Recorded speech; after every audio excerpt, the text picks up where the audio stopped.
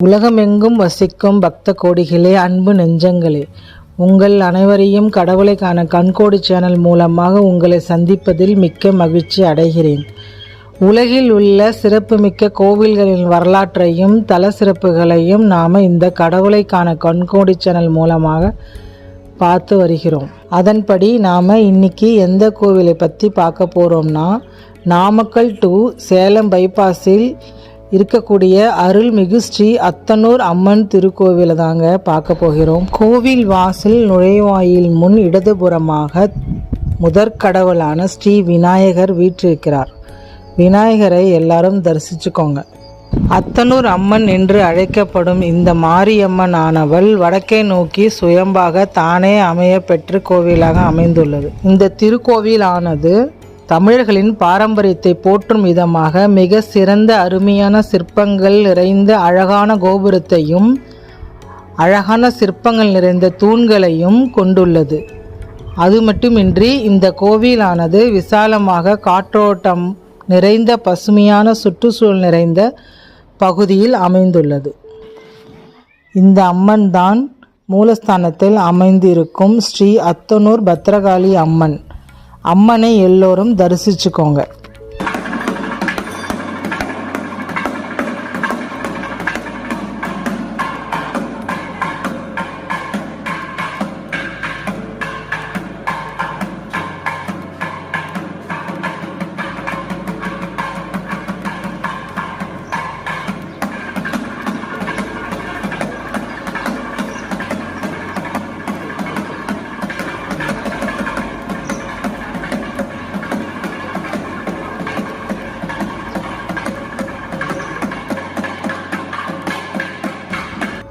இந்த திருக்கோவிலானது கொல்லிமலையை ஆண்ட வல்வில் ஓரி அவர்கள் வழிபட்ட புண்ணிய தலமாக அமைந்துள்ளது.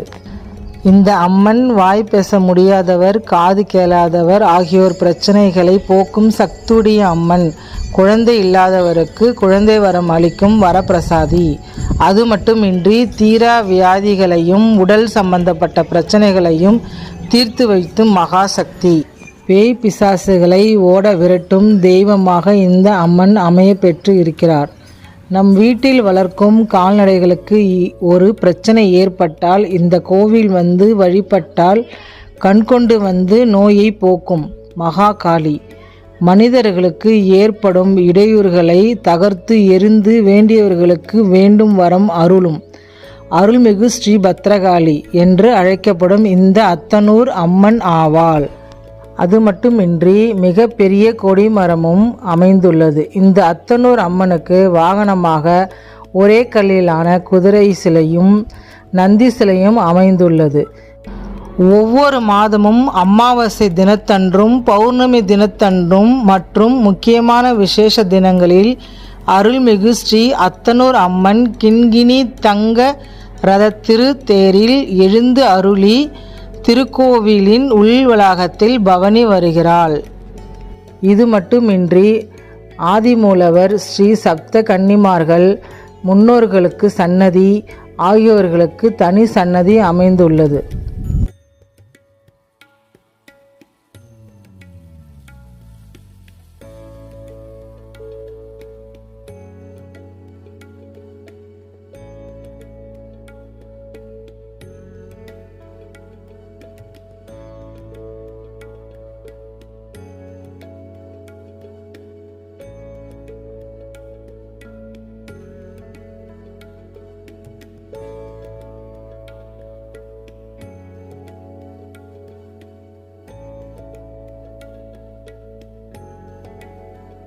இதனுடன் ஸ்ரீ கற்பக விநாயகர், அருள்மிகு ஸ்ரீ சாதேஸ்வரர் சன்னதி மற்றும் இதர தெய்வங்களுக்கான சன்னதி அமைந்துள்ளது.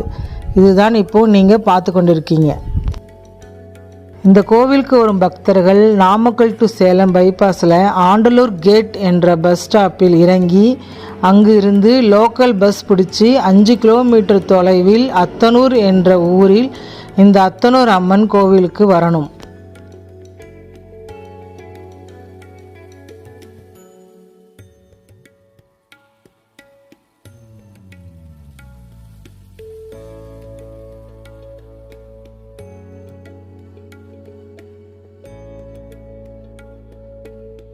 இந்த கோவிலில் நவகிரகங்களுக்கு தனி சன்னதி அமைந்துள்ளது. கோவிலின் இடதுபுறத்தில் அருள்மிகு ஸ்ரீ அத்தாய் சன்னதியும் அமைந்துள்ளது.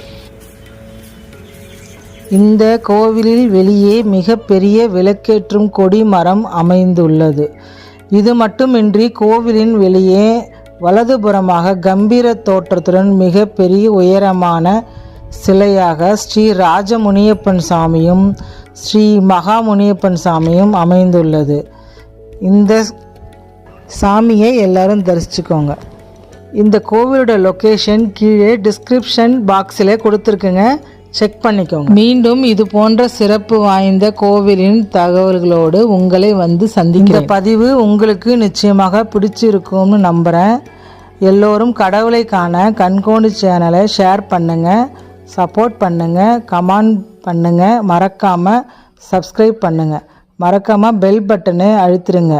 அப்போ தான் நம்ம சேனலில் போடுற பதிவு உடனே உங்களை வந்து சேரும்.